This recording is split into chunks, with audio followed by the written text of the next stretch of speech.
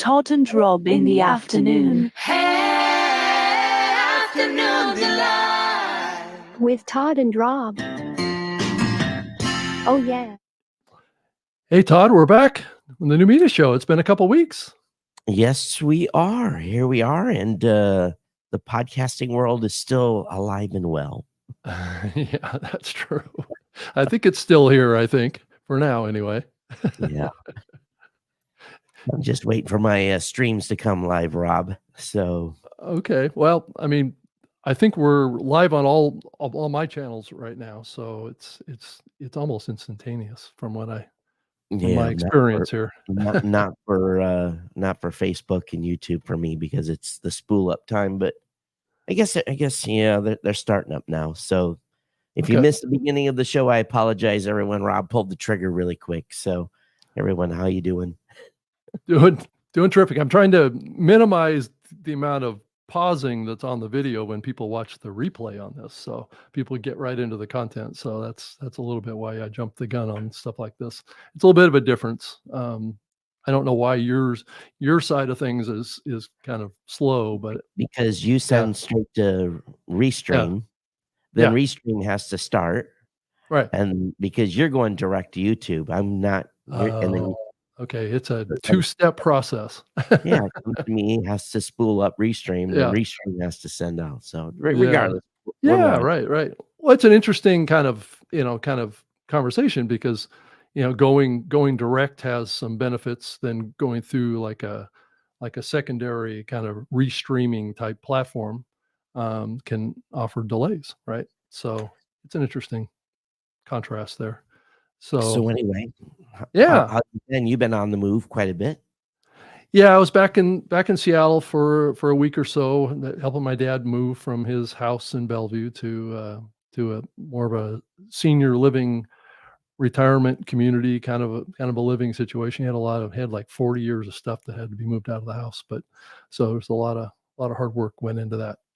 He's still trying to get out of it, but anyway, so it's been interesting kind of time to some degree. There's always news going on in the podcasting space, and one of the things that continues to hit me in the head as I think about the podcasting space right now is I continue to see this research that's out there that's kind of pointing to how we've kind of, and I think we've all kind of recognized the fact that that podcasting in the U.S. is kind of reaching a maturation phase. I would think once you have it like 80% awareness of podcasting in the U.S. population, that's pretty high numbers. I know for many years we strived to get to 30 or 40%, whatever, and we were constantly talking to people about what a podcast was.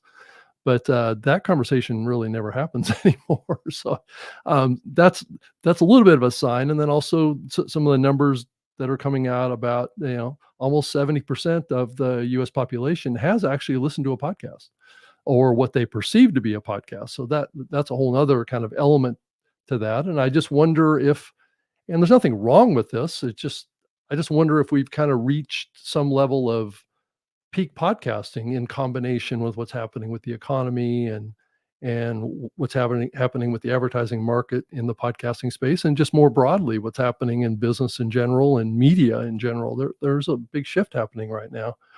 I do think that podcasting is becoming more important to more people in their lives, and it does seem like bigger shows are continuing to get bigger, and that's a good trend as well.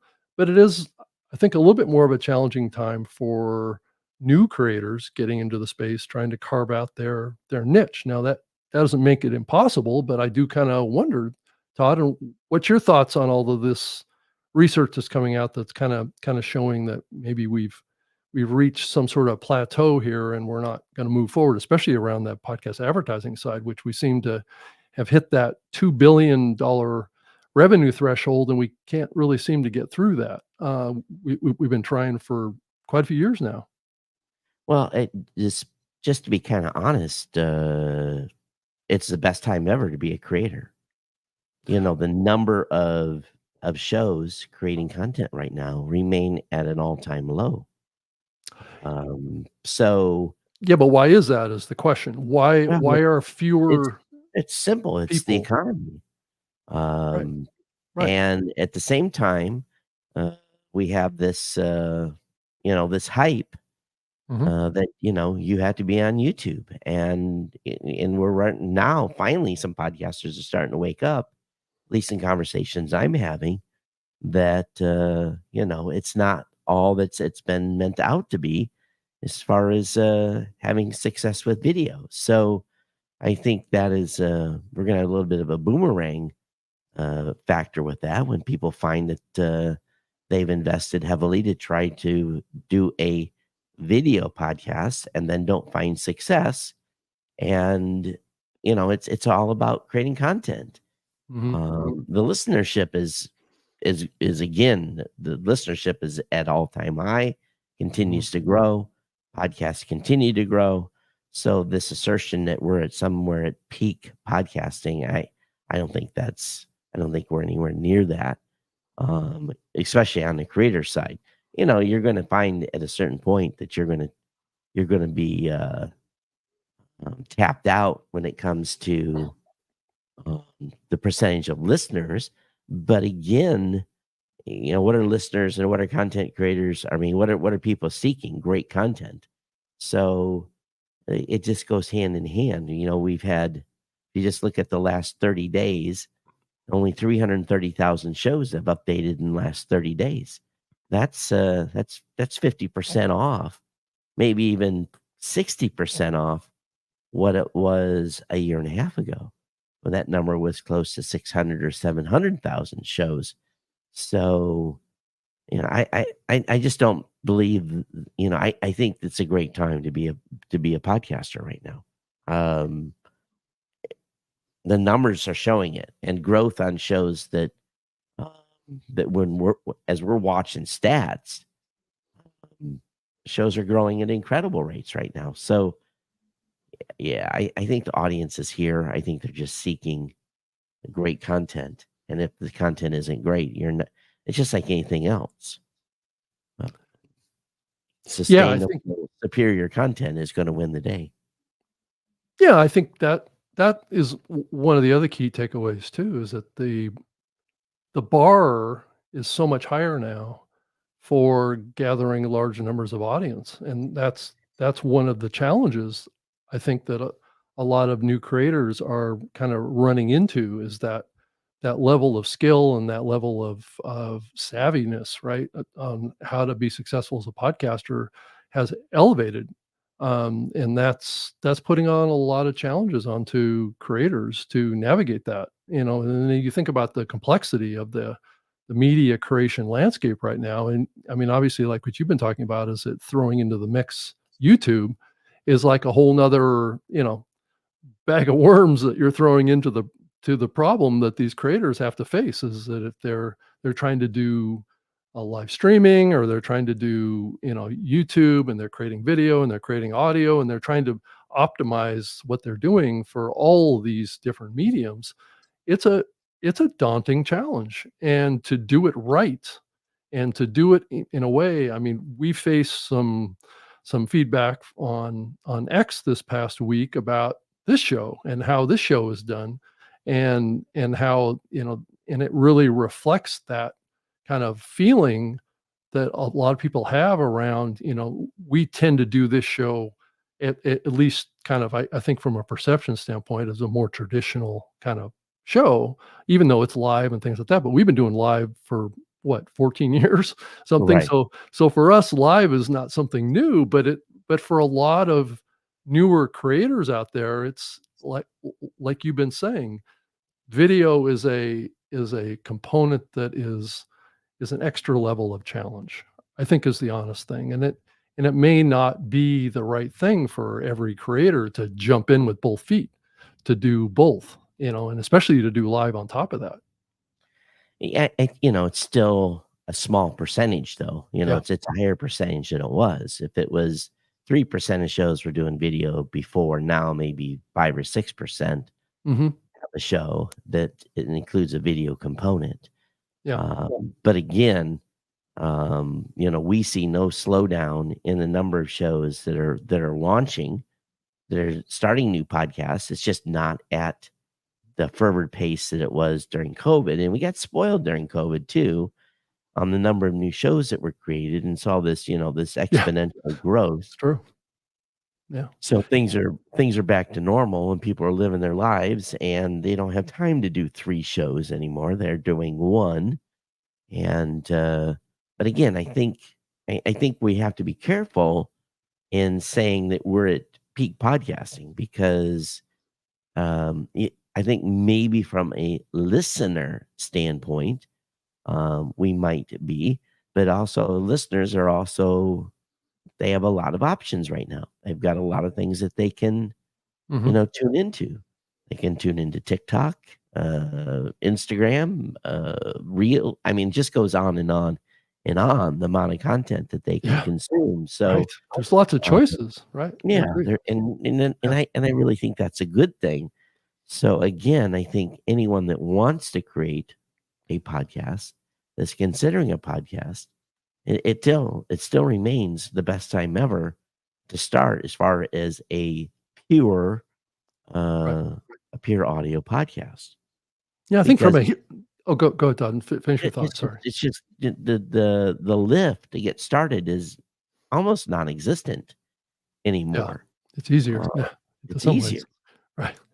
We're It's looking at easier, but yet it's so easy, it doesn't, I guess, doesn't instill the amount of challenge really, that is really inherently there to grow audience. I think we've made the well, technology part of it easy.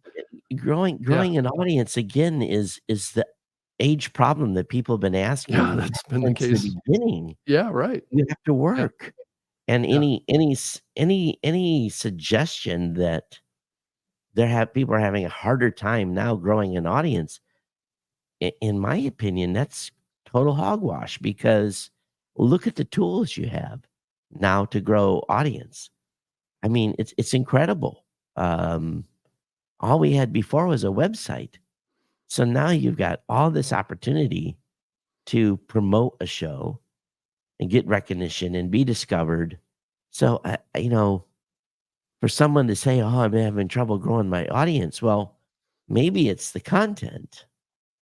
Um, yeah. you have to look at that close. I just don't. I don't buy the excuse now that I'm having challenges building an audience. Those that want to build an audience, that are dedicated to it, are going to build a great audience. And again, what is the number that they're looking for? Um, I think it has to all be put into perspective. People want instant success these days, and Right. shows no one has instant success on any platform. Um, I- Yeah, I mean, and I think one topic that came up, on X as well, it kinda came up in my mind as I was thinking about some of the things as kinda newer people to the medium look at podcasting. Um, they see a certain kind of perspective on where the podcast medium is right now, and it does tend to lean a little bit heavier on more kind of modern concepts around podcasting, and it doesn't really have always a lens to what the foundations of this medium are really built on. And I guess one of the things that I created was a kind of like a 4-point list, and thought I wanted to bounce them off of you to see if you agree with them. Is that um, there's only like 4 things that have really changed in podcasting in the last 20 years, right? I think anyway, and you obviously may have a different take on it or an additional thing or something like that, but I pointed out really the number one is ease of posting an episode via, online tools, for audio and video to RSS feeds. Back when we started, we didn't have that. Um, well, we had ease of posting. We didn't have ease of RSS but feed creation. Yeah, exactly. It's the publishing process is what I'm talking Yeah, about. yeah. Creating a post in an RSS feed, we had to hand code that. So one of the big things that has come is the ease of doing this, right? Um, and but and but then Rob, yeah, I hand coded feeds for like 2 months. I know it You didn't know, last long. It didn't it didn't last long. last. But So that so was, this so yeah. this consideration that we hand coded feeds for years, no, Oh it no, I'm didn't not last years. saying. Yeah, I'm not saying that we did, but Lipson actually was the first podcast host, and they started making that available in, was it late 2004? So it was only a few months that Yeah. that kind of technology was And, available, and there just like was some other tools yeah, that there were was being made. Right. Movable Type had a plugin of sorts, and I was on Movable Type for many years. And then WordPress, of course, had from its inception almost Yeah. had some tools or had a plugin. So yeah, I think that Yeah, I was trying to you know, play up the innovation it's that easy. It's easy. has happened with the podcast hosting platforms that have made all this so much easier than it was when it started. I, So, I think from a posting standpoint, you still have to write a title, still have to write a blog oh post. yeah. Well, You the know, basics are still there. Right. the base it's just the pure basics. So from that perspective, it hasn't changed in 20 years. It's definitely easier by the Yeah. number of providers out there. Yeah. They're making it easy to publish a show. Yep. And then number 2 is ad tech and dynamic ad insertion Oh yeah. and the attribution stuff and the brand safety stuff. I think that's like the second biggest change that has happened, because back in the early days of this medium and for quite a few years, I mean, I started working on dynamic ad insertion technology back when I worked for Podcast One back in 2014. I think Um, we've had DAI at Blueberry for oh, it's well, been a Libsyn long had time. it for a long time too, but nobody 12, ever 12 used it. yeah, 12 or 13 years. Yeah. So we've had it a long, long time. Yep. Uh, it's still not a product that is Widely used used. by Right. the majority of shows. It's Or still a even a show. minority of shows, really, Yeah, probably. yeah, Right. yeah. It's I still mean, yeah. and usually it's shows that have grown significantly. They're big shows, and here's the fact that still continues to this day.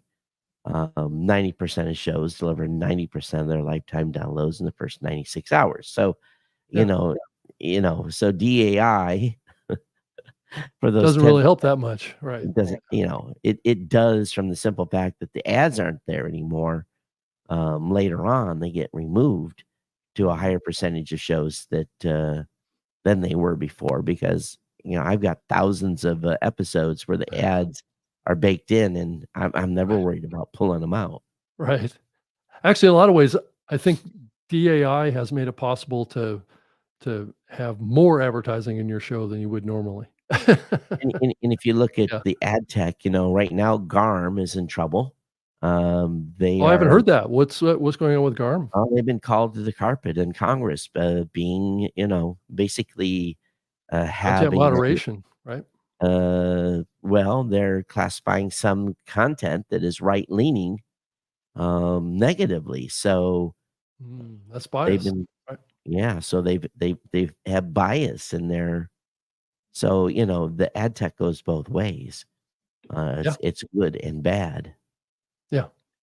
And the attribution stuff kind of carves into privacy issues too. So it's a little bit of some of this ad tech stuff, and I know you, it's a sore subject, but Well, it's again, it's only for a small number of shows that yeah, actually employ it.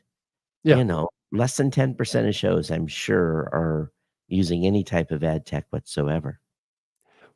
But yet there is a subset of the podcast industry or community or whatever that really relies on this stuff, and it's really core to what they do, which is in some ways relatively new phenomenon as well. That we've developed kind of this secondary kind of industry around podcasting that really didn't exist going back that far. I mean, I think And it's a, and and yeah. yet they can't get beyond $2 billion. Well, that was my bigger point of this kind of like this kind of peak that I was talking about. I mean, it seems like we keep hitting that $2 billion number, and we never quite ever get over it. And I know that the forecasters, like a lot of the bigger media, IAB and others keep forecasting. Well, it's like they're even forecasting for 2024 that we're going to be up 12 or 13% in 2024. And I'm like, back up to 2.6 billion. But like we've said on this show many times, it's like, I think we've seen that projection like the last 5 years. Oh, and yeah. we've never gotten there. So I don't know if it's going to happen this time, but I think considering 2023 showed a 5% increase in ad revenue, I think it's a stretch to think that we're going to get 12% in 2024, given the market. Yeah. I think Yeah. it's definitely an aspirational kind of projection. If any political advertising trickles down into podcasting, that'll help Yeah. this year, but that's gone next year. So that's maybe a little bit of more ad spend that comes in because of that. But politicians have not traditionally advertised in podcasting. Right. We don't get that windfall that radio and television does. So, and I think part of it too is a lot of people don't want political ads on the show, even if it was available. Yeah. I mean, I do appreciate these research companies kind of like wanting to be, positive and, try and convince advertisers that this is a good medium. And if you put out big numbers like that, maybe there's a certain amount of bump that can happen from people getting a perception that I want to get in, get on the bandwagon with a winning medium, right? That's growing and doing well. Right. Well, it's very, but the people that are advertising in radio are definitely not shifting their dollars directly into podcasting. There isn't this linear switch. Kind of connection between those two things, right? Well, I think it's because there's so many options now and places to advertise. Yeah. You look at the bombardment of advertising you get on Facebook. Mm-hmm. It in your timeline. It's ridiculous at the load count. You look at YouTube. If you're not paying for premium, the load count that's in YouTube is just insane. Mm-hmm. It's like watching television. Every 7 minutes, boom. And it's not even joined with easy transitions either. It just barges right in the middle of the content, right? So they've made it so intrusive that it's forcing people to pay them if they want to watch content on YouTube, forcing them to pay. Yeah. Well, I'm sure that's a better model for YouTube. Well, and there's some podcasters that have ad loads that way too, and some of the edits and stuff that just Sounds Proper stuff that just came out, indicates that there's a little bit of a tendency to we're starting to see it's not completely an issue at this point, but there's hints that it's an issue. Oh, as far as oversaturation of ads? Yeah. I think there's been a danger of that with programmatic for a long time. Well, I've seen that growing and developing. It's just too easy. I don't hear an overloading of programmatic. I hear an overloading of host read ads. Oh, host reads. Oh, okay. Yeah. Well, it's happening there too. Okay. Yeah, it's huge. Some of these shows have 8, 9, 10 ads in them. There's a lot more money in the host read stuff typically. Yeah. So I guess it does make a little bit of sense. Right. But the programmatic, even on our end, the most you can opt into is 2 per break, right? Well, two total for the whole. It doesn't matter how long the episode is. Yeah. Really? Wow. Yeah. Okay.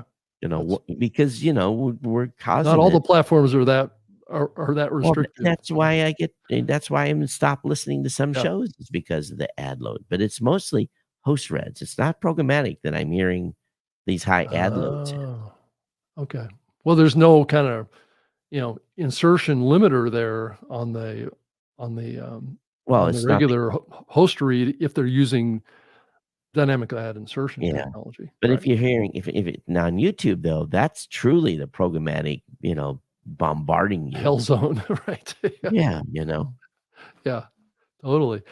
And if you but I was going to say if you haven't been subjected to a YouTube ad load, you would be shocked if you're not paying how heavy it really is at this point.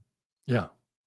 And the third one that I picked as far as big things that have changed is Spotify entering the medium. I mean, if I think back to the impact of even Microsoft and Facebook and Google and all those, I don't think that any of those equate to the impact that Spotify has had on the podcast medium, whether we like it or not. I think that was a big inflection point in the podcast medium, um, and then the recording of audio and video. The tools getting cheaper and easier to use, and has really kind of fundamentally changed the medium. Like being able to do this show with a browser-based tool is something that didn't exist in the past, and so you can see where the technology has really made it a lot easier now. These roadcasters or whatever had just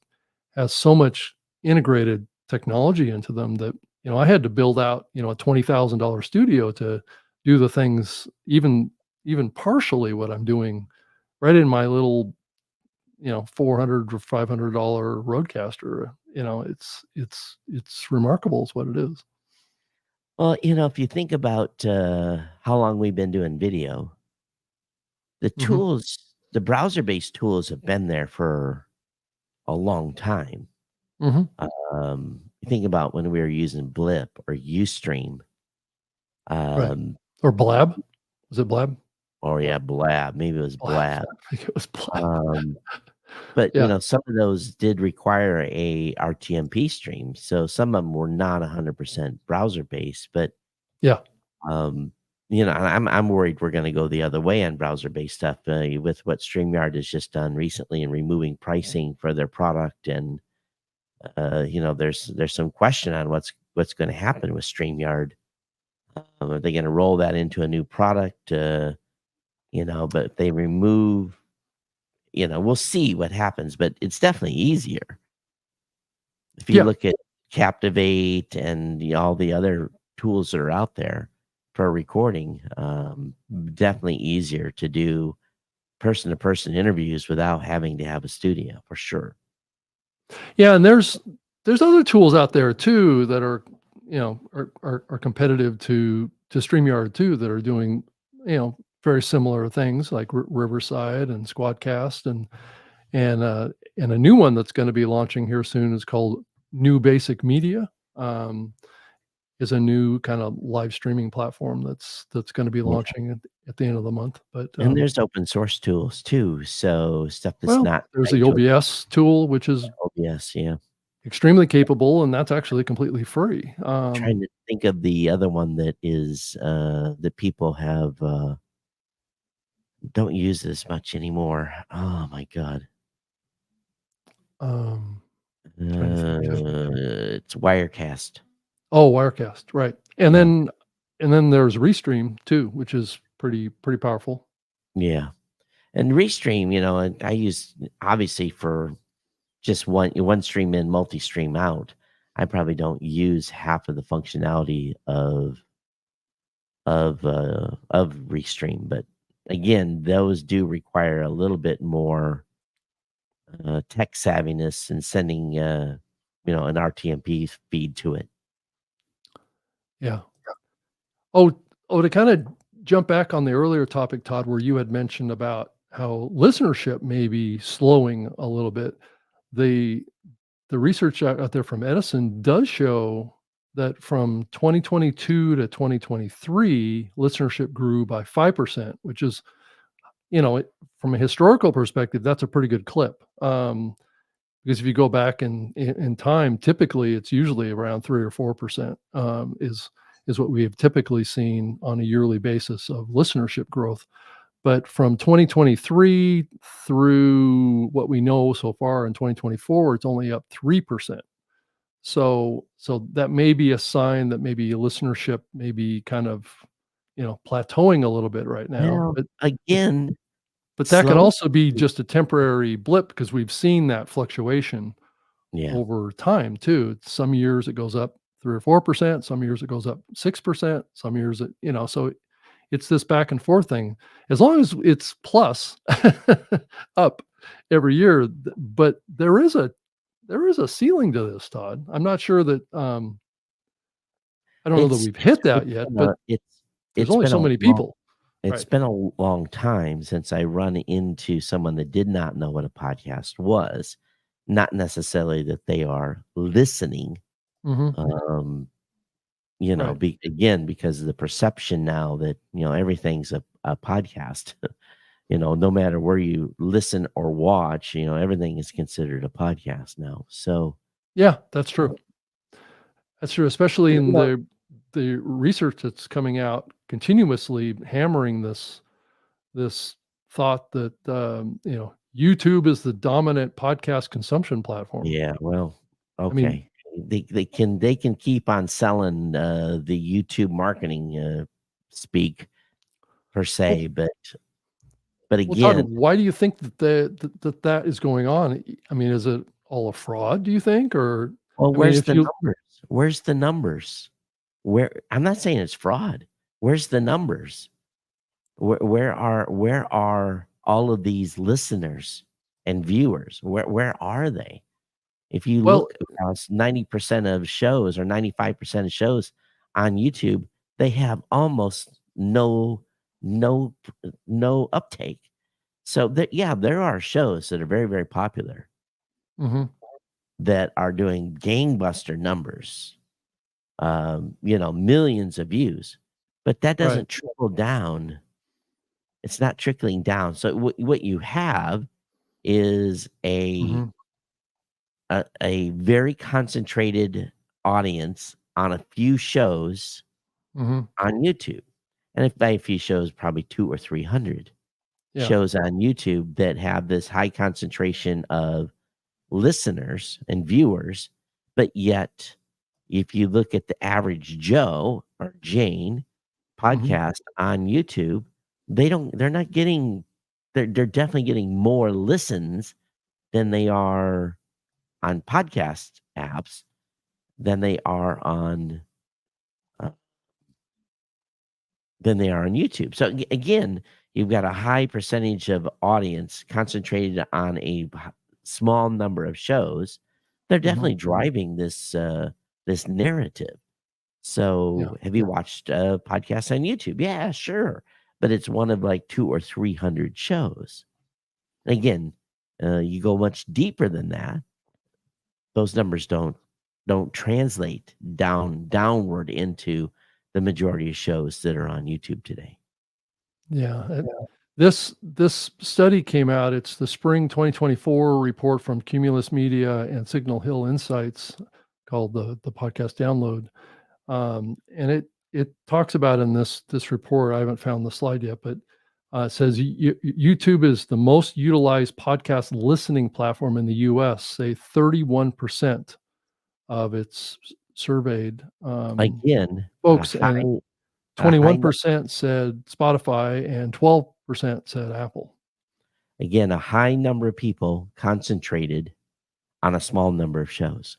So, I have no doubt that the survey data they're getting is right, but it doesn't translate downward into the average podcaster. Yeah, I mean, I think you have to look at this data from what it really says it's telling you, and that's YouTube is the most utilized podcast listening platforms in the minds of 31% of people out there. That are Um, listening to a concentrated number well, they of think that they're consuming a podcast well, when they they watch stuff are, there. and they are, and it's fine. I'm not gonna argue about the definition of podcasting, but Right. again, they are in their mind, but again, it is concentrated to a relatively small number of shows. Hmm.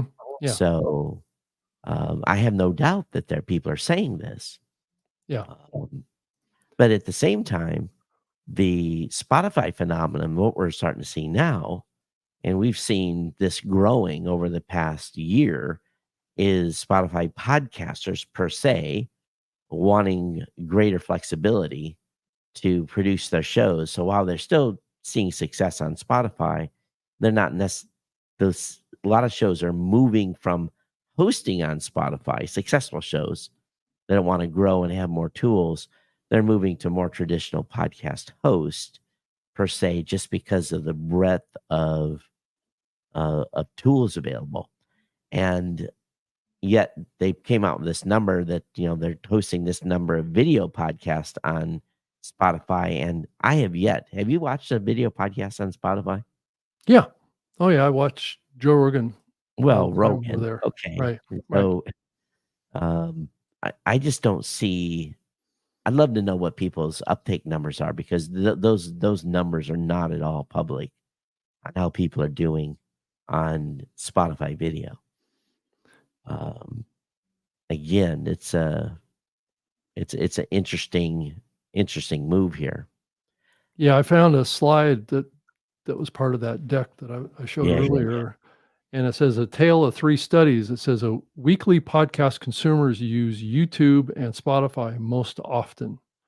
It says here on this study, and it shows the Cumulus Media Signal Hill Insights shows 31% YouTube, 21% Spotify, 12% Apple.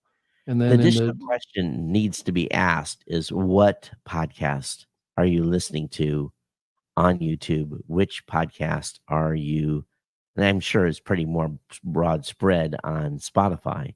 I think that question needs to be asked, because when I still today look at the consumption numbers, at least in my statistics, Apple is still, from a total listener number. well, that's a still download number. Yeah, Right. but still, it's Right. it's above 50%. Yeah, Uh, yeah, but it's tracking different data than what these folks are tracking. So Ye- it's Yeah, not it's not comparable really in a and lot they're of ways. they're really asking, how many Right. people listen on Spotify. And if Spotify is driving listens, that's great. I have no doubt people are listening to Spotify, but people are not listening to this show on Spotify. Yeah, and then the other 2 studies in here, Triton Digital Podcast Metrics. Yeah, It's the 34, Demos Plus 27. Q1 2024 shows YouTube 34%, which is even higher than the Cumulus one at 31%. And then Spotify's at 27% and Apple's at 13%, which is slightly higher than the But Cumulus again, research. it's the perspective. You Mhm. can throw these numbers out all day long, Yeah. but is that trickling down to the average podcaster? It's not. Well, okay, they're not talking about podcasters here. They're talking about consumers of Consumers. podcasts, right? But And what again, they're perceiving is Yeah, it but that when you tell a they're podcast, experiencing, right? when you tell a podcaster who is Mhm. not, they just hear a number. 34% of podcasts are being, 34% of the way they hear it is 34% of podcasts are being consumed on YouTube. Well, Mhm. that's not true. Yeah, But I mean, there is that's there not is what a- this number should be telling Right. anybody, right? But that's the way they perceive it. That's right. That's And how the podcaster perceives. And there are content Yes. creators out there that are making decisions based on this data. Right. They're And making a prioritization decision and choice based on this data. Even the Edison research shows a pretty high percentage for YouTube at 27% and Spotify at 29% on the But Edison again, research. Cumulus and Triton and Edison need to go to the next step.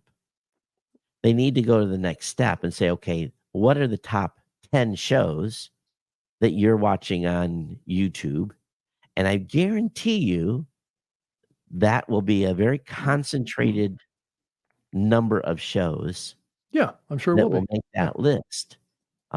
So I think while the audience is there and they're discovering podcasts are there, if you look at the billions, and I say that in a big word, billions of downloads that are happening, Mhm. the majority of the actual listening to podcasts are still happening in traditional podcast apps. Yeah, and I'm sure that there's a lot of consumption happening in the YouTube platform of consumers that think that they're consuming a podcast when it's Well, I think really just a YouTube channel. But I Right. think, Right. again, I'm not going to try to to defend the definition of a podcast because then we're the old curmudgeons. Right, right. Yeah. So again, if if they think they're consuming a podcast on YouTube, great, that's fine. Again, it's a concentrated number of those types of shows. Again, I think people have to take into account that this is what consumers are saying, not exactly where the actual download numbers are coming from. Yeah, right. It's Yeah. it's a different kind of data is what it is. And this slide is interesting too because it plays on another aspect of it too. It says YouTube is the number one most used platform among consumers, regardless of tenure of heavy use. So what they're saying here is that if you're a podcast newcomer, Mhm. that's 32% are seeing YouTube. If you're a podcast pioneer, 31%. So the number is slightly less, right? Yeah. But if you're a heavy podcast consumer, it's actually at parity with the newcomers. But the question So again then is what it's are not that they much different. It's true, but what are they listening to or watching? There Yeah, but, again, it's about context. well, are you saying that because you're trying to factor in a total percentage of the podcast space is what you're trying to calculate here? Because it's all about what people think that they're watching, right? Okay, I understand that, but Mhm. just Blueberry alone, we have over 300 million listens of content every month. Right. So you take whatever Libsyn has, whatever Podbean has, whatever Buzzsprout has, whatever Red Circle has, add all that up to the total number of where the actual people are consuming the content in a quote unquote traditional way. And then you roll that back into, and maybe that number is equal on YouTube because you have a concentrated number of shows that are getting incredibly high numbers. Mhm. So maybe there's a billion, let's say a billion listens on traditional podcast apps and a billion video views. But again, if there's a billion podcast listens across 330,000 shows, there's Mhm. a much different percentage of listens. So let's say it's a billion on YouTube of just podcast. Mhm. Okay, people that consider a show a podcast on YouTube, I bet you that's constrained to no more than a couple of thousand shows. Yeah, I could totally see that, especially if those shows are very popular Yeah. video shows on YouTube, and they're like us right now, 2 people or 3 people talking on a microphone. But Yeah. if you look at the YouTube podcast area, there's not a show in that listing at Mhm. all that is audio only. There's none. Yeah. Right. So Which that would makes make sense when you think about it, right? What is YouTube's strength? YouTube's strength is a video platform, right? so when you and again, you look at the numbers on those particular shows that are in Mhm. that section, yeah, they're incredible. There's some incredible numbers in there Mhm. on some of those shows, but yet not so incredible that it overcomes, at least if I just do a quick count, if we do the math, which we probably could, Yeah. again, it's a very, very concentrated, very few shows. So this is the thing I keep trying to tell podcasters when they are talking about me. Should I do video? Yeah, you do video if you want to do video, but please have a realization that your audio listening numbers are always going to be higher than your video numbers are going to be for the most part, for most shows. Mhm. And even this show, we run about 70-30. Yeah. About 70% listen, about 30% actually watch the traditional video podcast. It's a true video podcast. So Yeah. So Todd, I found another slide. seems like we're talking about this topic a lot. Well, because it is top of mind. I mean, it's like at the top of all the research that's coming Yeah. out, Todd, and I think people need to dive into it a little bit. It's like this particular slide I have up on the screen. It may be a little hard to read. I can probably kind of zoom in a little bit more on it, but it says in April 2024, it says there's been a trend line of YouTube and Spotify having been growing amongst newcomers at the expense of Apple podcasts. But is the again, trend line here, and it's been growing. Looks like YouTube is at 32%, and Spotify's at 18, and Apple's at 6 in April of so the 2024. problem though is when you throw a slide like this up there, Mm-hmm. again, the perception is, well, all the content consumption is happening on YouTube and Spotify. Well, it's not. Right. It's not happening on YouTube or Spotify. The majority of the consumption, over 50%, is still happening on Apple Podcasts in a pure download listen metric. Mhm. Most of the services are hovering in and around 50%, and some have went a little below, but Yeah. still to say that, so there's this disconnect here between percentage of actual, I'd be curious to know, okay, Triton, how much are you billing? You're an audio platform. Okay, Triton, how much are you billing? How much money are you making on YouTube? Where Well, is increasingly, Todd, these agencies that are selling advertising are bundling YouTube numbers with Sure. podcast numbers in their Smart. pitches to If advertisers. Right. if they have shows that are doing substantial numbers, they both. should be. Yeah. On both, right. But at the same time, I bet you those numbers I bet you they're not getting the same CPMs on those YouTube views as they are in podcast listens. So I'm just trying to play devil's advocate here and making sure that, people are paying attention to the context of the data. And Mhm. again, I'm not doubting the numbers of percentage of consumption, but again, where's it concentrated at? I think Tom Webster made recently had put something up about this type of a phenomenon as well. It's this consumption is really concentrated at the very, very top and within those platforms. Yeah, but he's also been very much amongst the research that's showing that YouTube is really kind of starting to lead the way around podcast But again, a context. discovery, right? We have to give the correct context of how is that trickling down to the average podcaster? How is that? Because if you tell a podcaster that 31% is discovery, okay, discovery of what number of shows? Again, it's a small number of shows. Yeah.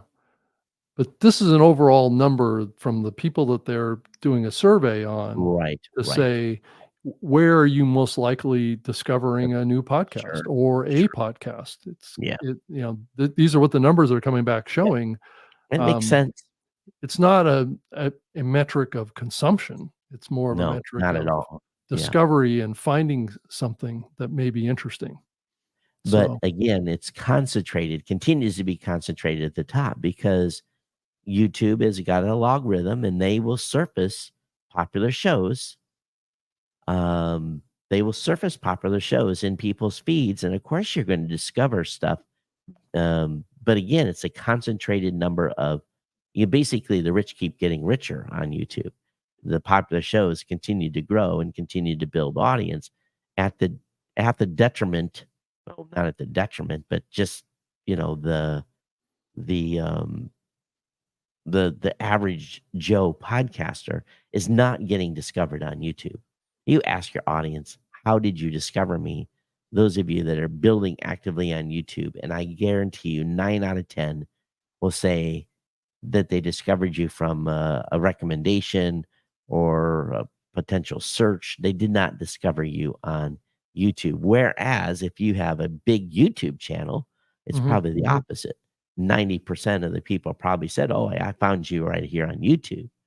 That's because because of the algorithm pushing those big shows into people's feeds. Yeah. So, and and again, I'm not poo-pooing these content consumption platforms. As long as it's driving numbers, it's great and building awareness, but it builds a false narrative for someone that's researching and doing their initial planning on how to do their podcast. Oh, I have to have a YouTube channel. Yeah, I think, Well, Todd, also what's going on here too, and this research, and I haven't found the slide for it yet, but I saw it in the notes. It says those who discover a podcast on YouTube say they stick with the platform for the video. So what we right. may be talking about here really is kind of two different audiences, two different types That's of true. consumption audiences, right? Those that like video and those that like audio.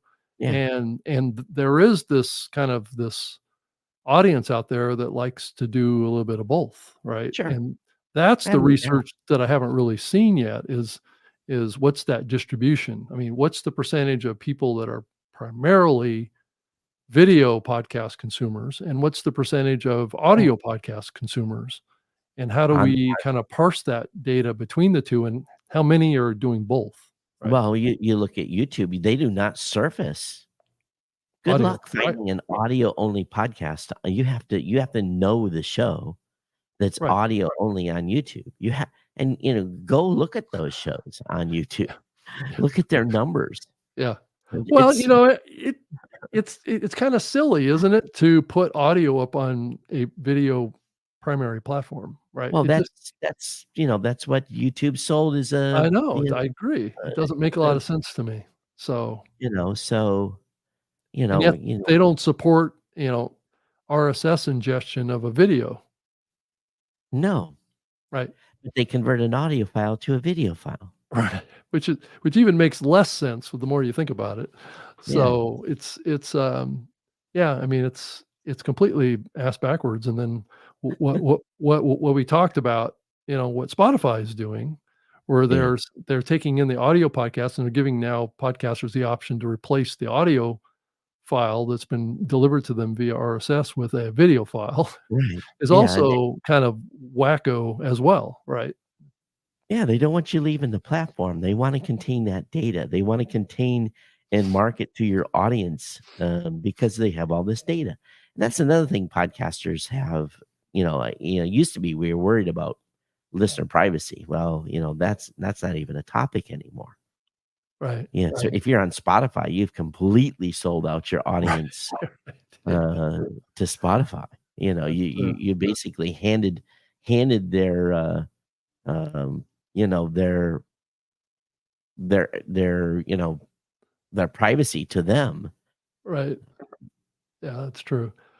Well, here, Todd, over the last probably 24, 48 hours, there was a thread of conversation that had a little bit of focus on this show, and I Huh? thought maybe I would raise it. It was done on X, and I exchanged messages about this, and it was done with John at John Podcasting on X, and his thoughts are is once the live show is done, and I think he was referring specifically to this show, but I think he was thinking about it more philosophically from this concept of doing a live show and whether or not it's worth it to do a live show. I Oh, think it's kind of like two parts to his commenting, but you know, his thought was we should edit this show for replay.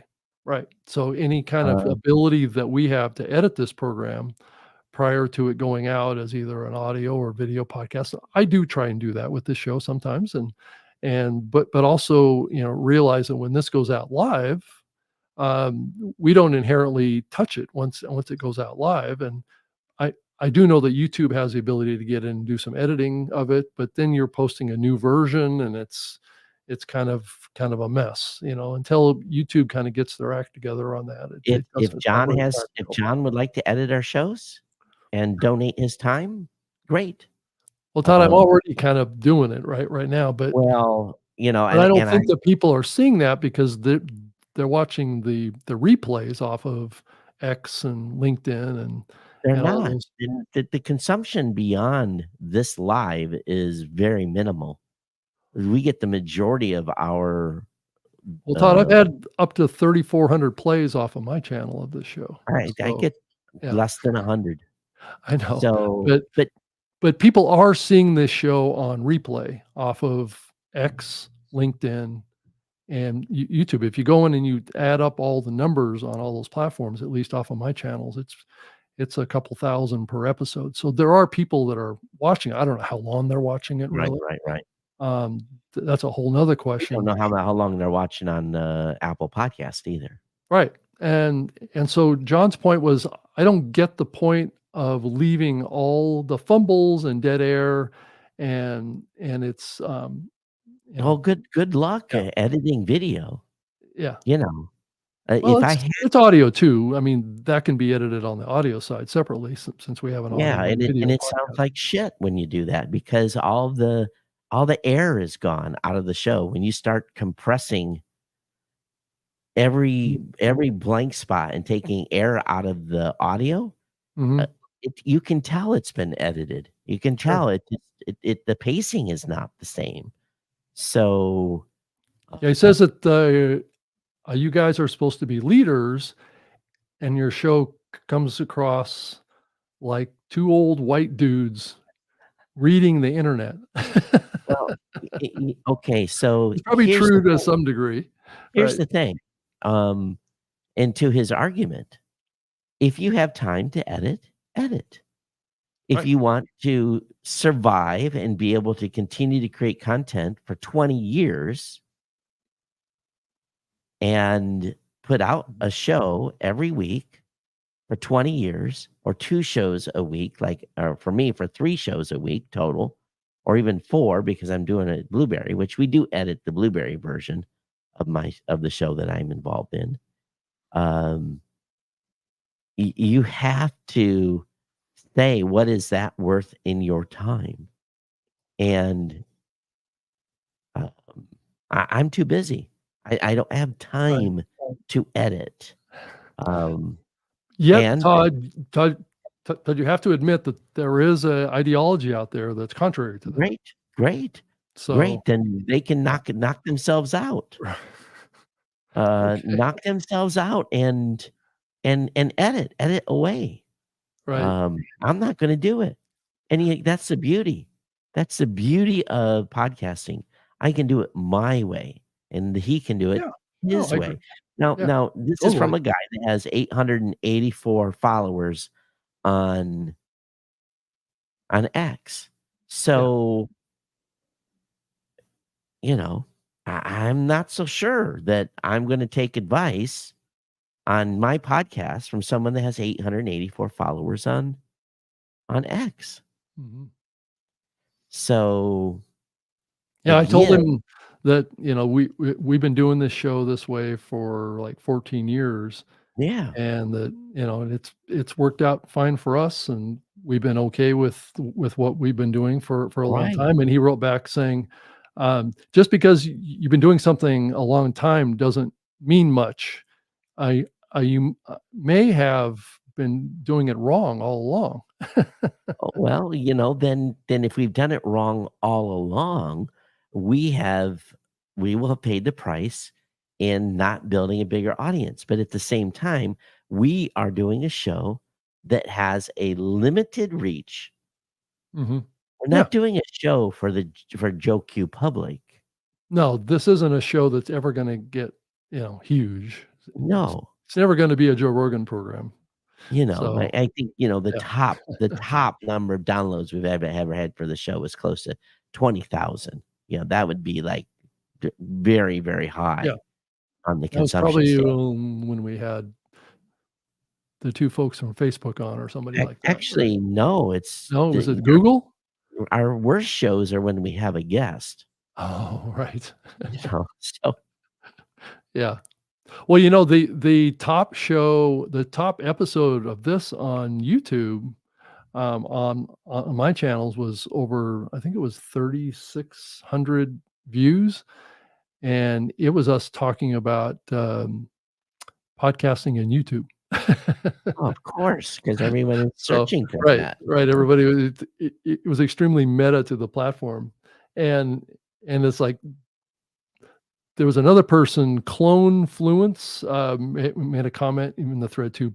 People waste years repeating the same mistakes that because they're too proud to learn. Be Wow. humble. You don't know everything.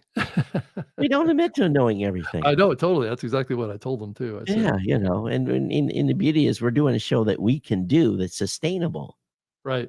you And know? also, you know, people have to be careful about being judgmental about other people.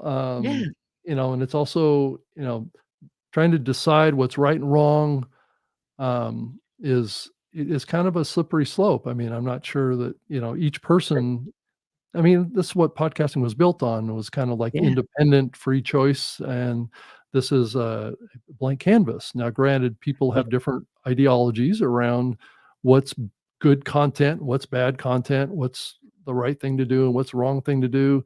And that's been the interesting part of this medium for all these years, is that nobody has really the perfect answer to any of these questions. when I was at Podfest Asia, session after session after session was talking about, "This is the things you have to do.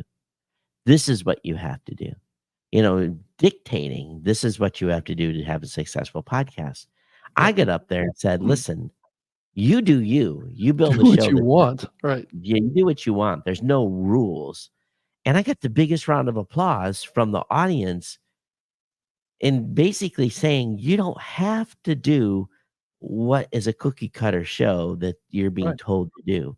Right. Okay, someone's found a proven strategy, maybe, but when I mean, it someone tells maybe work for them, but that doesn't mean it's gonna work for well, you. when Right. someone tells me you have to do this, I say, "Okay, show me your successful show. Right. Show me your show and how it's been so successful." And I will take a look. But if your show is not more successful than my show and you're telling me I have to do things exactly this way, pack sand. You know, again, Yeah. this is the beauty about this medium. I don't have to have a YouTube strategy. I don't have to have a podcast strategy. I do the show the way we want to do the show, and we put it out the way we want it to put out. Um, hasn't hurt us we're not getting paid to do this. We don't have a sponsor for this Right. podcast. Yeah. And maybe we are two old white guys, but we've been There's not doing much this we for can do about that, Todd. I could, yeah, you know, we've I doing guess this I for could wear 20 a years. I I could must be doing something right with my tech show. GoDaddy's still sponsoring it for 19 years straight. mhm. So there must be something I'm doing correct. No one else can say they've had the same sponsor for 19 years. Well, that's certainly true. I You don't think know, there's any so podcast that I know of show that can me say that. Yeah. show me the money if you have such a successful formula. Yeah. And I got the GoDaddy sponsorship before there was a Blueberry or a Raw Voice. That came that came before I was running a company. Mhm. Yeah. So it is Yeah. what it is. And that's the beauty about this medium is you do you. Right. Right. That's true. And I do think that that's the key takeaway from this whole thread of the conversation, is that I think there's a tendency in the more recent years of people being very, like you said, very rigid, judgmental, trying to, you know, build, let's say, a consulting business to say, well, I know how to do this better than anybody else, so pay me and I'll be your consultant, right? And Right. I'll tell you how to do every little aspect of this. And it I find it to be a difficult conversation being a podcast consultant, because there is no one way to do this, right? And I'm not an expert at I mean, I've been doing podcasting a long time, but I wouldn't say that I'm an expert to tell every person exactly what to do, and that will make them successful. The So, biggest cringe that my team gets is when the phone rings and the person on the other end is a consultant. yeah, yeah, If we had, I could give every one of my support people a raise. If we just every time someone called and said they were a consultant, and we put $10 in the kitty, and the angst it causes, because well, they might be good video editors, but the majority of them don't know jack about the overall podcasting space. They might be great audio editors, but Yeah. they don't know SEO. They don't even know what a feed is. They don't know. I mean, it just is amazing to me the number of so-called experts that are out there that are selling their wares, and I hate to say it, they're making it up as they go because they don't know.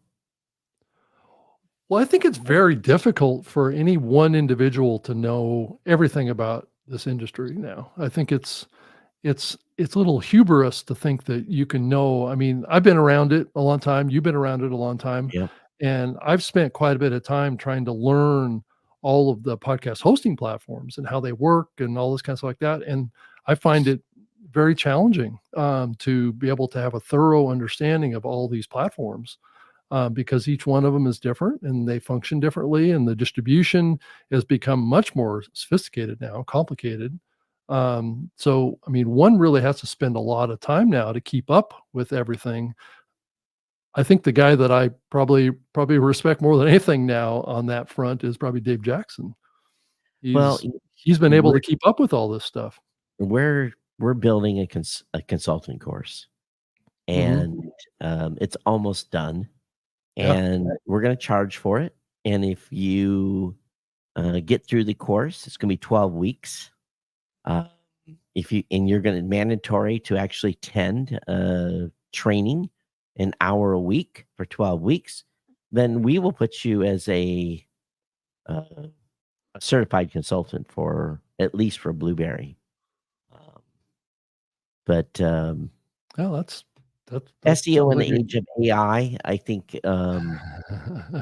that's a whole show in itself. But I will say that AI is improving what was before non-existent show notes. Yeah, and how far is that gonna go, Todd? I mean, Jody, that's a good point that you're making. You know, SEO could, with Go away. AI, could integrate in with the very fabric of the publishing process. Well, Um, what could really happen is Google, the gatekeeper to search, um, it could be devastating. well, We I look, know I'm spending a lot more time doing queries in ChatGPT, Omni, now. I'm not doing it as much in Google anymore. yeah, that's what she's referring to as Perplexity AI. Mhm. But ultimately, when Google gets their act together, um, search, as you know, it is going to change, and this is going to be the problem: is that you won't be found in search.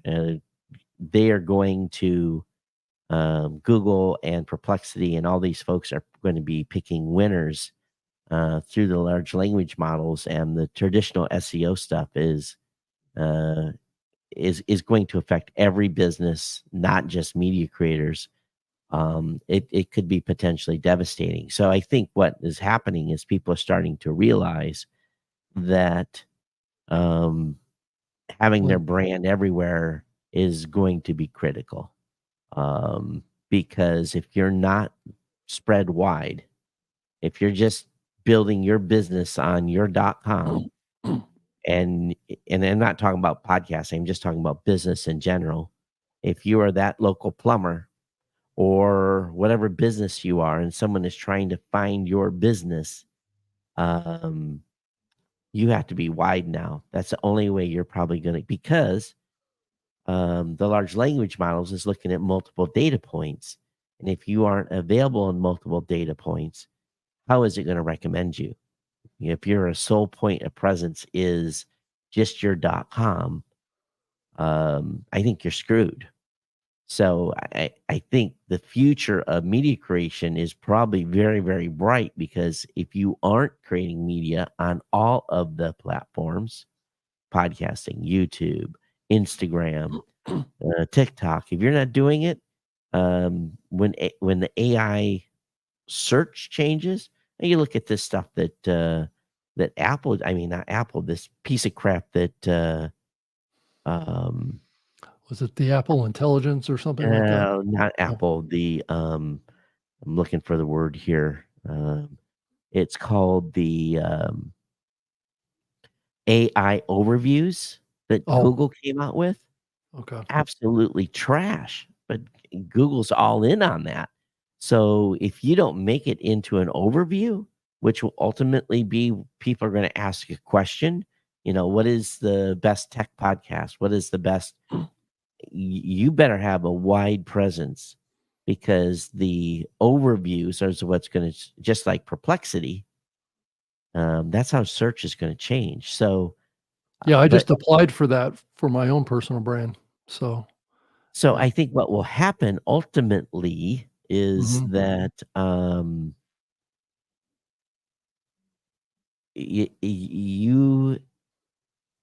you, the creator, you, the podcaster creating original content, is what's going to be sought out. I think the future is bright just from that perspective alone, because there is going to be a ton, a ton, a ton of garbage. So Well, Todd, I can see a lot of correlation to what we have gone through with these,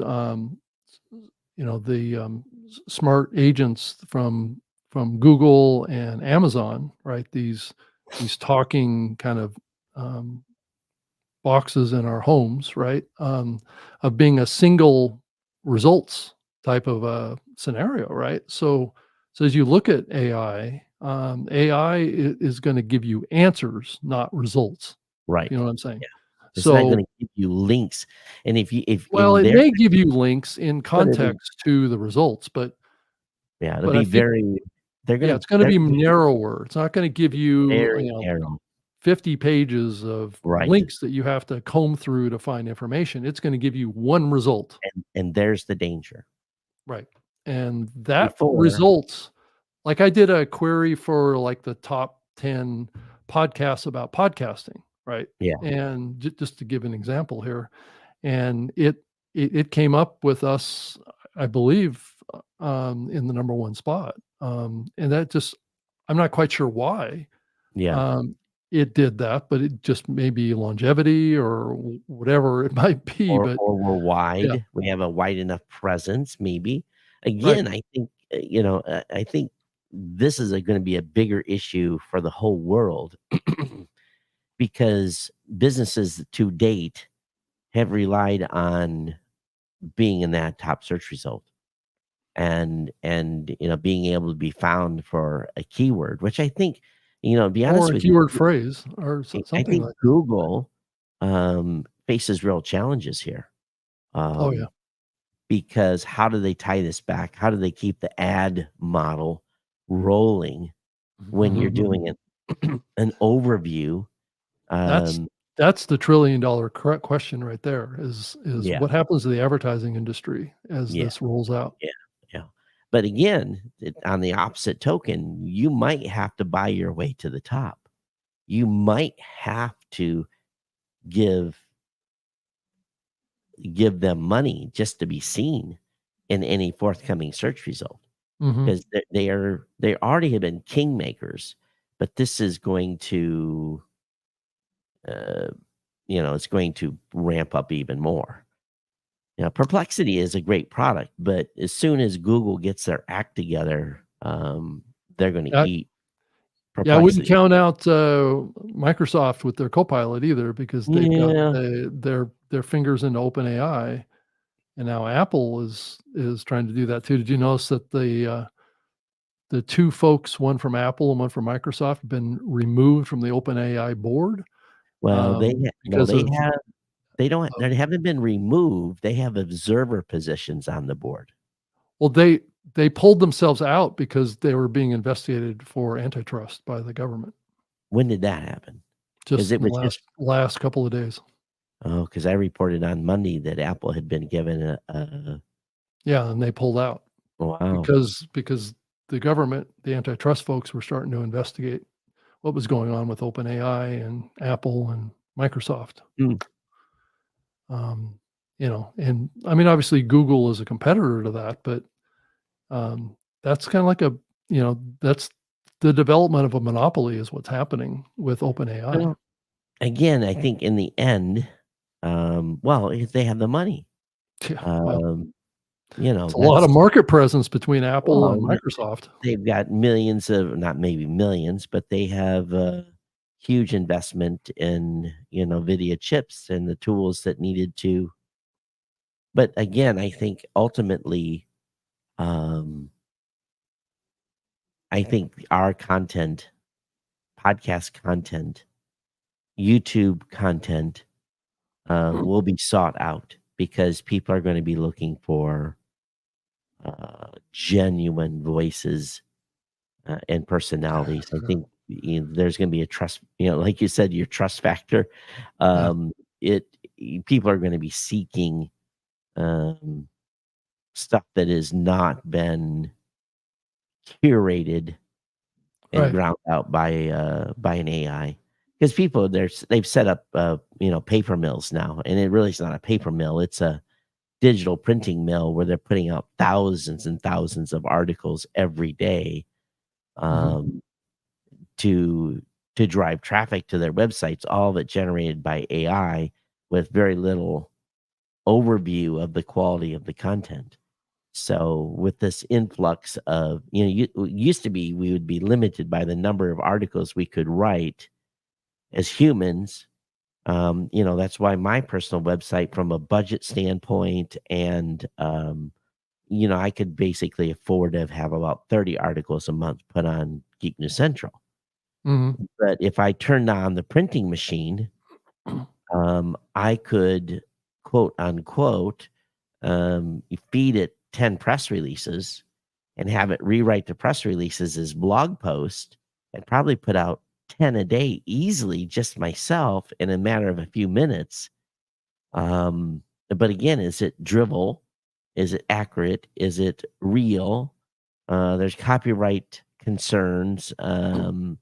It just goes on and on and on. So who's gonna be the bearer of the trusted voice or site, our consumer? Are we gonna have to put, like, right now, we're not generating the only thing we're generating on Geek News Central or New Media Show is the summary of this show from AI. Mhm.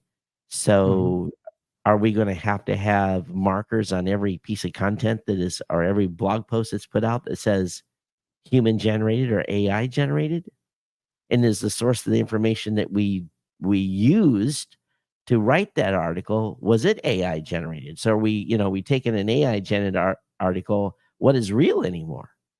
So, and with the pressure to cut budgets, folks like CNET and The Verge and Engadget and any other Mhm. newspaper, they're going to be awfully tempted to just turn on the printing press with AI and gurgitate stuff out. Yeah. Uh, Jody Craigle posting here. What I love about the tools like Perplexity is that they offer Yeah, citations of their sources. yeah, they cite the source.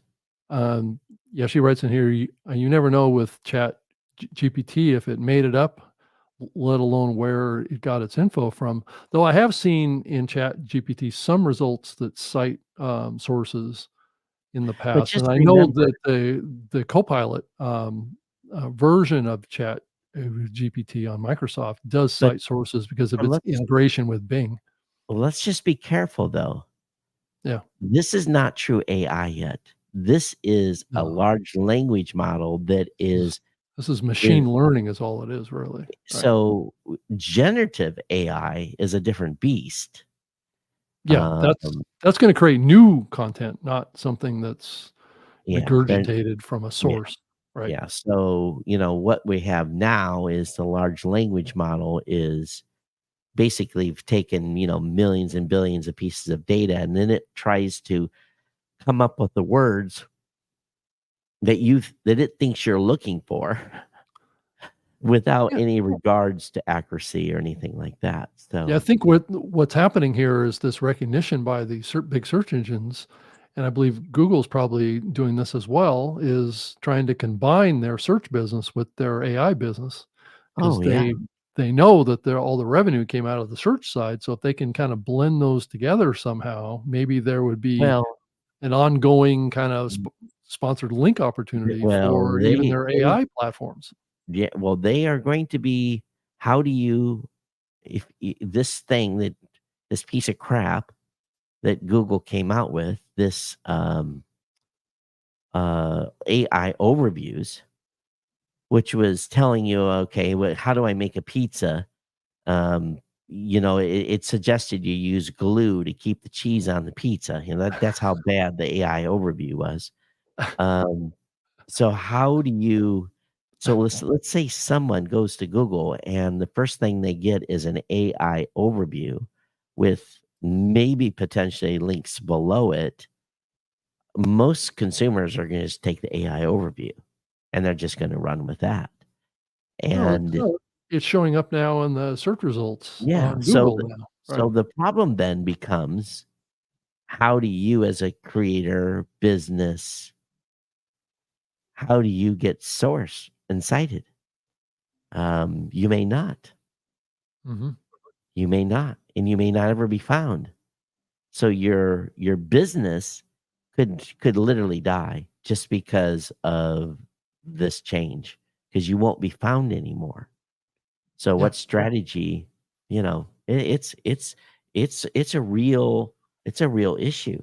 And at the same time, Google's got to recognize that. If they stop driving traffic to my site, to my business from search queries because the AI picked two winners. Well Um, well, Todd, I recently noticed, well, I don't know how recent, it's been a few months now, that, ChatGPT, actually learns, from what information you feed it. And I do think I saw an announcement that says, and technically, about it's it not that it supposed to. actually will learn from your data. So if you feed it, this is a derivative, I guess, functionality that came out of their GPT product, right? Where it's Right. actually you can train it, right?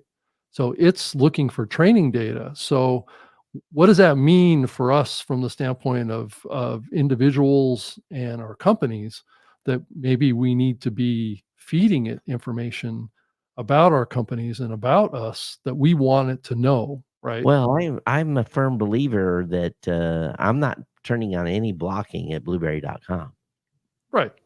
because Well, if you're a my podcaster, it's the same scenario, right? Do you well my want my ChatGPT to have access to all of the audio and all the my video? perspective is again, if I shut off this is what New York Times, all those folks are signing multi-billion-dollar Yeah, deals copyright to license. to to consume this content. But for me, as a business, I think it boils down to survivability. I've Um, I've been feeding it information, for a long time now, trying to get it to generate results that are favorable. I think over time we'll see how Right. this all evolves. But Mhm. uh, yeah, Yeah. search, and you talk about discovery. Um, so that's why discovery is happening, and more discovery is happening in apps because most people are just touching their app and doing a search, and they're not using Google for a search. Although my search traffic to my personal website hasn't evaded. In other words, it hasn't went down. Oh, it hasn't gone down. Good. Hasn't went down. But also, I'm putting out better show notes now, so we're getting more traffic to the blog posts currently, Hmm. even on New Media Show, our web traffic is up, just because there's richer show notes. It's not just a short paragraph that I summarize. I have the whole show summary in the show notes now. So, I wasn't even drinking my own well, on Geek News Central, I was drinking my own Kool-Aid, but on New Media Show, it wasn't. Hmm. So we'll Yeah, see what happens. Yeah, because if you do a search in Google right now for this show, it comes up with this result. It's Yeah. probably hard to read because I it's don't so know why small. it's got I got to look at the favicon. I don't know why it's showing Geek News Central on the New Media Show. Must be I didn't switch the favicon over, but Yeah, so but it's linking to the primary stuff that it needs to. So right, and it's linking to the RSS feeds and the podcast. but the in the end, Rob, the every show can be found. That's not an issue currently today.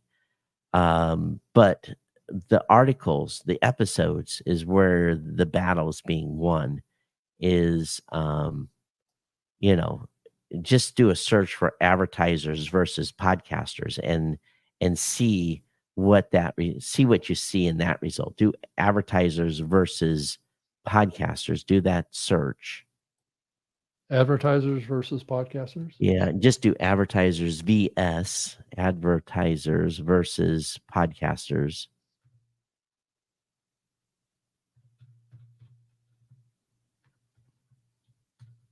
Podcasters. Now, with any luck, our episode that we did that I wrote up. Now scroll down here. See, this is a AI overview. Mhm. That's an example of an AI overview. Now continue to go down and see if you find the New Media Show's episode on this. Keep going, keep going. See, if it is, it's buried. See, Yeah, I don't see it so far. yeah. So the challenges is being able to be found on an episode level. Right. And obviously we did not win that search result and this stupid AI overview. Now go to the top again. Let's see if it comes up at all. Yeah.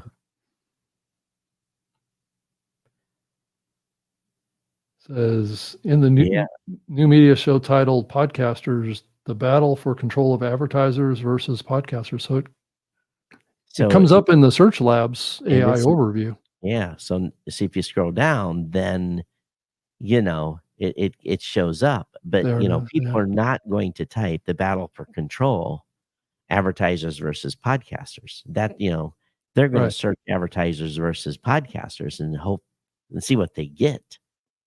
Right. So the ultimate goal of any podcaster these days is to have their episodes surfaced in the search results. That's how we build traffic to. Okay, here it is here, and there's multiple links to it. Yeah, you've done a very pointed search, but an average person searching in Google is not going to do that. Right, that's true. So you might have 2 or 3 words here that Podcasters New Media Show, that came up. Interesting. Yeah. Yes, there are multiple keyword phrases that come up on that search query, right? Yeah. But if we went back to that original search and you look at advertisers versus podcasters and then look at the AI overview of that, so delete that. Yeah. Mm-hmm. And then look at the AI overview on this and read that. Is there any hit the show more? Is there any links outbound to anybody on this? Doesn't look like it. Yeah, there is Spotify and LinkedIn but again,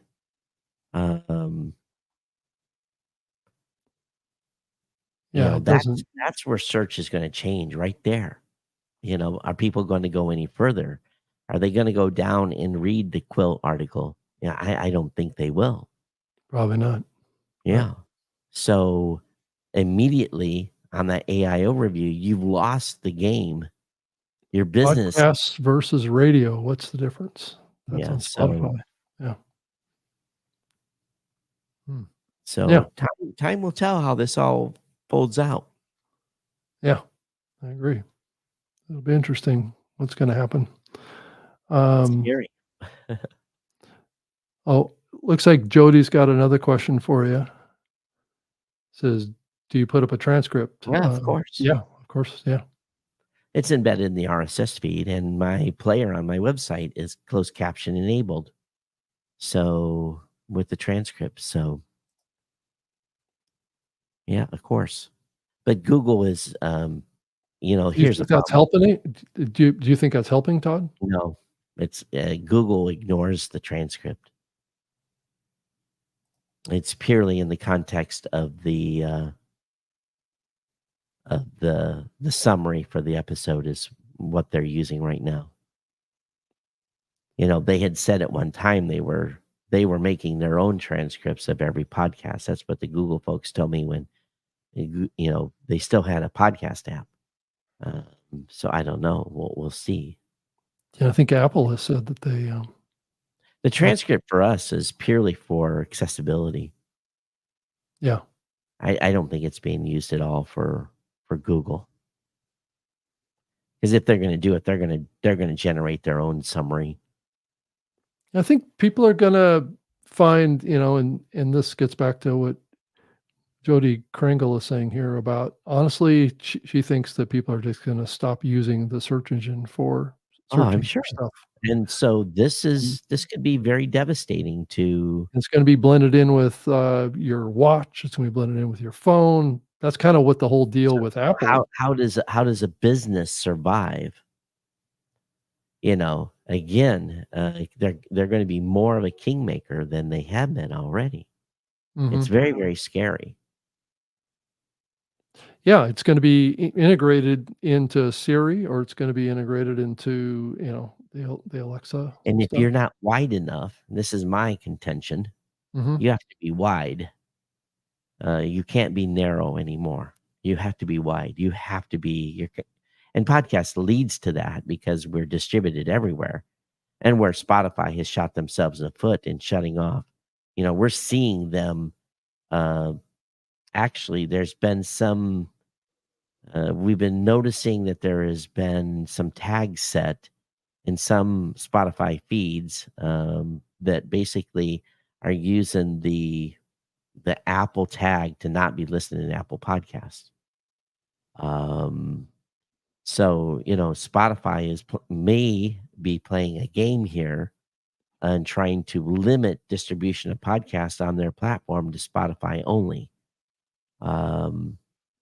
Luckily, Apple's not recognizing their own tag, and people are not being delisted out of Apple Podcasts because of this flag. So Ted and company, don't fix that bug.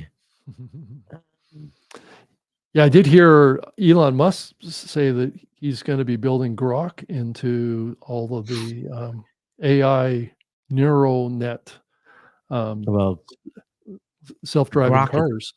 Grok is a piece of crap right now, so I wouldn't trust Grok to be in anything in my vehicle at this point. They're going to maybe future versions of it, but its version on X right now is absolute horse. It's trash.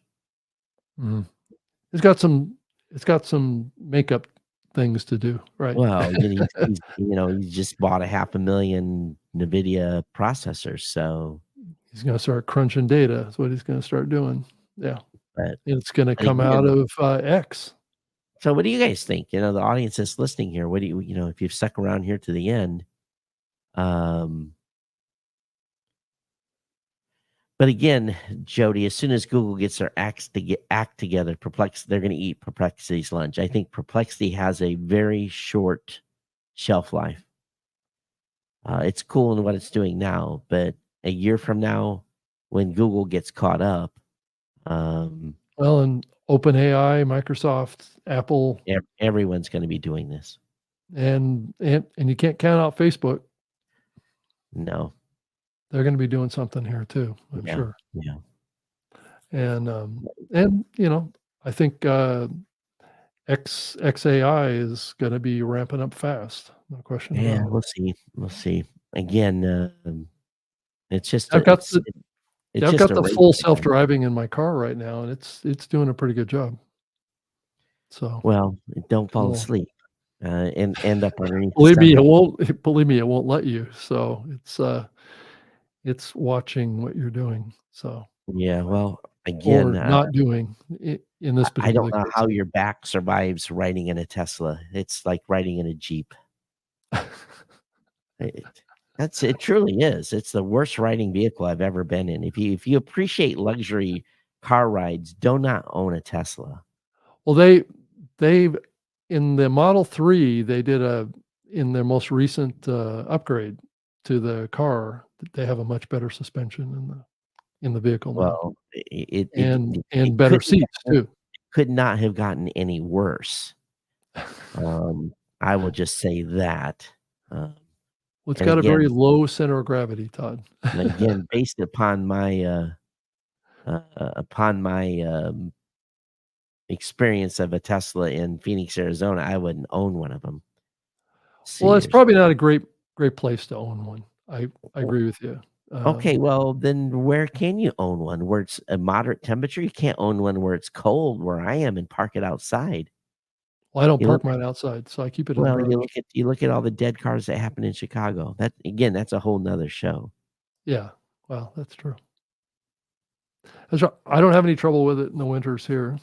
So, but Yeah, and Jody's correct. They totally might, but the tool they build will do something similar. I agree. They will do exactly what Perplexity's doing mhm, and search it. But the problem that's a is, logical move. Yeah. yeah, but how does Google survive in their revenue comes from advertising on Google search? You look at Podbean, Libsyn, and Buzzsprout. Collectively, they're probably spending $150,000 a month on Google search ads. Mhm. So if they're used to spending that kind of money, they're going to continue to be found. How are companies that are not spending $50,000 a month on Google search ads going to be found? And will search change so much that people won't do SEM anymore?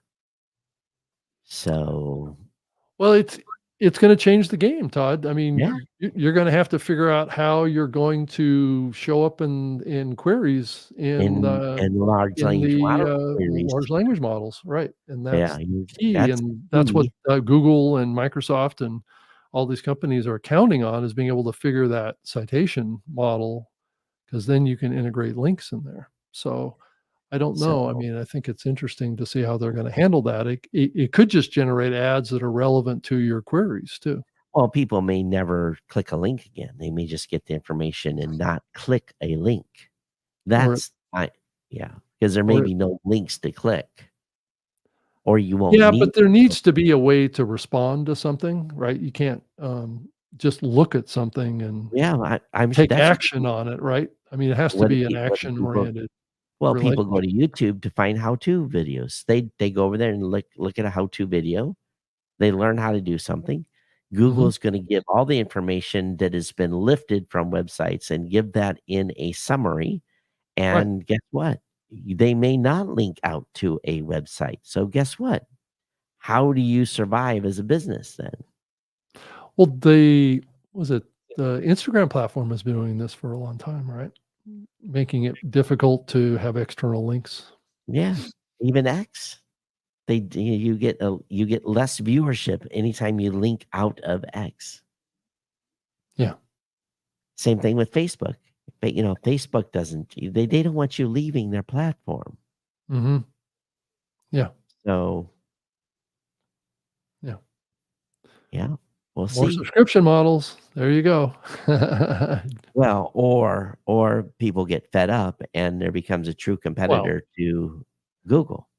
well, think about it, on OpenAI, people are paying for that subscription, right? That's Yeah, like paying for your search engine. sure. It's the equivalent to it. It's a research assistant is what it is right now. Right, And when we migrate to this model of smart agents, um, where these language models are actually working on your behalf, that's where things are going to shift again. Oh, Um, people have no idea what's coming. where a language model or an AI agent will actually help you run your life. We're working on basically we've already announced it. It's a clip, it's a highlighter. Basically, you basically you analyze the transcript and then you come out with clips. Like it would basically, short segments, 60-second segments of a show that can then be exported into a short or reel or whatever. So, we've been testing that and having some challenges to Mhm. get it right. Well, one of the models updated, and we switched that particular piece of the query to another model, and we basically got our prompts better now. So the results that it's outputting is about 50% better, just over 30 days of testing.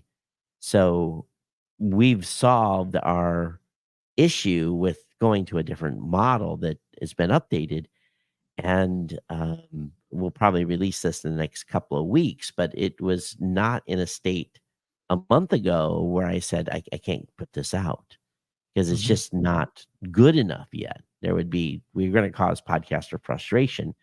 So our clip creator is now, because a model got better Mhm. and interpreting the type of query we wanted. So the same thing with agents. You'll have specific agents doing certain things where we in our AI integration, some stuff we're using Phonics, some stuff we're using Anthropic, some stuff we're using another service. So we basically are using, and we are going to have to continue to monitor this continuously as the models change. And this is the way we build our system: is that if I want to change a query, all I go in and do is my admin, and I can go from a Phonic to Facebook to OpenAI. I can switch the model Mhm. that the query is being sent to based Right. upon the result. And it's just going to be a cat and mouse game for a long time for us and many others that are building tools, at least for us, for the podcasters. So Yeah, I believe this is the direction that Apple's going on their iPhones, is that they're gonna have this AI engine that is basically a smart agent that has access to all of your personal information on well, your on your phone, right? Apple's been doing a lot of AI stuff for years. So we'll see what Well, becomes. it's kind of more machine learning, because I Yeah. know that they've had a bunch of machine learning PhDs over there for many, many years. But it really gets back to, it's a privacy issue, I think, is what's going to happen with these smart agent technologies. Because in order to fully utilize this technology, they're going to have access to all of your information, right? Your calendar, They your already do. contacts. No, no, but it's going to have to be integrated into these AI agents that are going to be able to analyze it and to produce recommendations to you before you even know what the right recommendations. So, let's say you have a plan that you exchange an email with your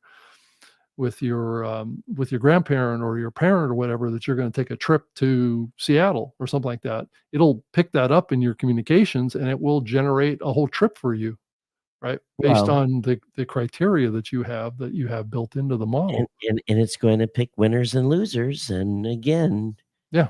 we have to be careful here. Yeah. But it's really going to get into, I'm starting to see it a little bit with my Tesla being able to predict where I'm going to go with my car before I even get Well, in my car. if you've had a Google account, Google will tell you 15 minutes to get to work today before No, you. no, but it'll predict where I'm typically going to go on a certain day Yeah, of the week at a it's certain already doing time, that. Yeah, right? Because Google's I've been done it doing in the that for. past, right? Yeah, but So Google's been doing that for years already. mhm. But that's Yeah, that's an example of what I'm talking about, where it's going to learn from yeah. your patterns and your behavior. It's going to have all these sensors that are going to pick up your activities in your life, and it will, integrate with apps or whatever, and And increasingly you the haven't apps seen this are going to if be you haven't built seen in. this you haven't gotten a notification on your phone that it's 10 minutes to work, Oh, or of course, right. yeah, No, it's all part of it, right? It's all part of it, but Yeah. there's what I'm trying to say here is that it's gonna be a deeper integration other than just that, right? Yeah. I can see how that will work, but I can also see where the AI is gonna be much more intelligent about being able to negotiate, contracts of sorts with vendors and providers to you Well, to it's to the do things. the lead Google AI person, as she said a year ago. The thunking is going to be done by AI, and the thunking is those mundane tasks. And the people that are going to survive this are going to be the creatives and the subject matter experts. Mhm. Those are all those thunking jobs are gone. Yeah, So, and welcome the robots. well, the robots That's the other are. part that's coming. Yeah. Oh, absolutely. Yeah. I have no doubt. And if I can have a robot, yeah, Mow my it's just lawn. yeah. Well, they already have those, Rob. That Well, I know they're those little boxes that run along the ground. I'm talking about the actual humanoid robot pushing a lawnmower. well, you don't need to. They've got ones that roll them now and know your Well, boundaries. that's true. That's true. But I have to pay separate for Yeah. that. Well, I don't have a yard, so Oh, yeah, right. So, yeah, I've got a half acre, so yeah. anyway. Well, when I go back to Michigan, I got 3 acres to mow. So Oh, okay. I Okay. technically don't have a yard, but the family does. That I get Got it, we got it. get Yeah. roped into using the 0 point turn to mow. All right. Well, I Yeah, think we're going a little long we're, tonight. Yeah. we're long. Or Morning for or me. morning for you, right? That's what I was gonna Yeah. say. All right. And I had a very long day yesterday, so I've only had a few hours sleep because of me working opposite hours and being on East Coast time while I'm here. Yeah.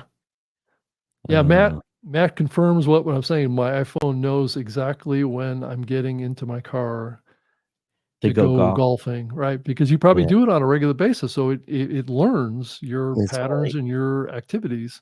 it's the Saturday morning golfing, or the Right. Friday afternoon golfing, or whatever. Yeah, like I go to Costco on Saturdays, so whenever I get in my car, it already knows, and it pops up in the list of, destinations, and I just click the button and Well, a lot of divorces are happening because the phones are narking on cheaters too. So yeah, oh, there you go. Yeah, yeah. yeah, well, All right, Rob. privacy is at, stake here, definitely. Yeah. So, All right, alright. everyone. I hope you found this entertaining, everyone. Todd at blueberry.com, Todd at blueberry.com, at Geek News on Twitter. My phone's ringing here. Yeah, and I'm on X as well. So here's my information up here too. So it's just at Rob Greenlee and rob.greenlee@gmail.com if you're listening to this. And then I'll also have a YouTube channel that and then a website too, you know. And and I have another podcast I do called Podcast Tips that's actually hosted on Todd's platform, and that's got a website as well. So So for those of you that were complaining about the audio quality and the audio editing that Rob did on the previous show, I am in control of the audio recording today. Don't worry. you are. You are. Yeah, Okay. I have recorded here, so we don't end up with this the bevy of emails that came in and said something is wrong with your audio. Well, I think So we had some issues of crosstalk, Todd. So I think it was I think more of your editing taking out too much dead air. okay. Well, actually, the editing was done by Descript. So if that tells you Well, anything, that explains it. Yeah. explains it. Okay. I am not a fan of their automated tools. It just sounds Well, they like have been improving them, I have to say here recently. So well, they have to. the user experience of the app itself has definitely gotten a little smoother to work with. Well, I'm gonna So, stick to my guns and no editing allowed. So, okay, Todd. All right. all Well, right, you everybody. didn't capture the video though. I'm gonna have to send you the video part of this. Yeah, you'll have to send the video. So, Okay. All all right, right. everyone. thanks so much for being here. We'll see you next time. All right. Bye. Good night.